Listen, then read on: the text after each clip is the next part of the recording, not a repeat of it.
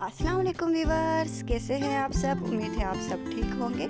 आज मैं आपके लिए लेकर आई हूँ बहुत ही ज़बरदस्त रेसिपी, यमी रेसिपी।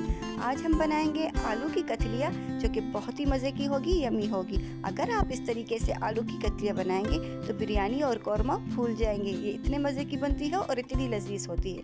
तो साथ रहिएगा और पूरी रेसिपी वॉच कीजिएगा। तो चलिए स्टार्ट करते हैं अल्लाह के बाबरकत नाम से। बिस्मिल्लाहिर्रहमानिर्रहीम। कढ़ाई में हम हाफ कप ऑयल ऐड करेंगे। ऑयल को अच्छी तरीके से गरम करेंगे। अब हम इसमें 1 टीस्पून ज़ीरा ऐड करेंगे, हल्का सा फ्राई करेंगे। और अब हम इसमें टमाटर ऐड करेंगे। 2 मैंने फुल साइज़ के टमाटर लिए थे, जिसे रफली काट लिया है, इसे ऐड किए हैं। अच्छी तरीके से मिक्स करेंगे। बहुत मज़ेदार रेसिपी रेडी होती है, जो भी खाएगा आपकी वाह वाह करेगा, इतने मज़े की बनती है। अच्छी तरीके से मिक्स करने के बाद इसे ऊपर से ढककर 2 से 3 मिनट तक पकाएंगे, ताकि टमाटर अच्छे से सॉफ्ट हो जाए। 3 मिनट हो चुके हैं और आप देखें टमाटर कितनी अच्छी तरीके से सॉफ्ट हो चुके हैं। हमें बिल्कुल इसी तरीके से चाहिए था। अच्छी तरीके से इसे मिक्स करेंगे और 1 मिनट तक पकाएंगे। आलू देखिए, मैंने आलू को अच्छी तरीके से गोल गोल काट लिए थे और इसे अच्छी तरीके से पानी में डिप करके रख दिए हैं, ताकि ये काले ना हो।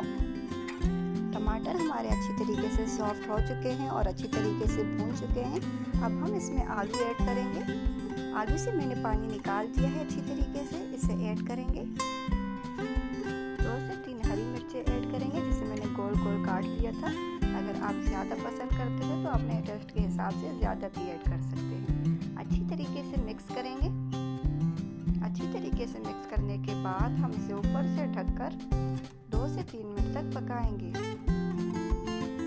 3 मिनट हो चुके हैं और आप देखें आलू हमारे कितने अच्छी तरीके से भून रहे हैं। हमें बिल्कुल इसी तरीके से चाहिए था। अब हम इसमें कुछ स्पाइसेस ऐड करेंगे। 1 टीस्पून में इसमें कुटी हुई लाल मिर्च ऐड कर रही हूँ। 1 टीस्पून में इसमें चिकन पाउडर ऐड करूँगी, जिससे बहुत ही ज़बरदस्त टेस्ट होता है, बहुत ही ज़बरदस्त फ्लेवर आता है। और 1 टीस्पून में इसमें नमक ऐड करूँगी। इसमें हम ज़्यादा स्पाइसेस ऐड नहीं करेंगे।